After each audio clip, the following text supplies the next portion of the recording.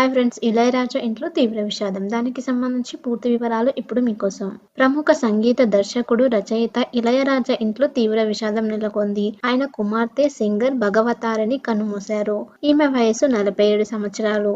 గత కొద్ది రోజులుగా క్యాన్సర్ తో బాధపడుతున్న ఆమె ఇవాళ తుదిశ్వాస విడిచారు. ప్రస్తుతం లివర్ క్యాన్సర్ తో బాధపడుతున్న ఆమె చికిత్స కోసం శ్రీలంక వెళ్లినట్లు తెలుస్తుంది. చికిత్స పొందుతూనే ఇవాళ సాయంత్రం 5 గంటల ప్రాంతంలో శ్రీలంకలోనే మరణించినట్లు సమాచారం. ఆమె పార్థివ దేహాన్ని రేపటిలోగా చెన్నైకి తరలించి అంత్యక్రియలు నిర్వహిస్తున్నట్లు తెలుస్తుంది. కాగా భగవతారిణి భారతిలోని మాయల్ పొలా పొన్ను ఒన్ను అనే తమిళ పాటకు ఉత్తమ నేపథ్య గాయనిగా జాతీయ చలనచిత్ర అవార్డుని సాధించుకున్నారు. ఇళయరాజాకు 2 కుమారులు కార్తిక్ రాజా, యావన్ శంకర్ రాజా కూడా ఉన్నారు. భగవతారిణి తన తండ్రి, సోదరుల డైరెక్షన్ లోనే ఎక్కువగా పాటలు పాడారు. విన్నారు కదా ఫ్రెండ్స్, ఆమె ఆత్మకి శాంతి చేకూరాలని కోరుకుందాం. మరిన్ని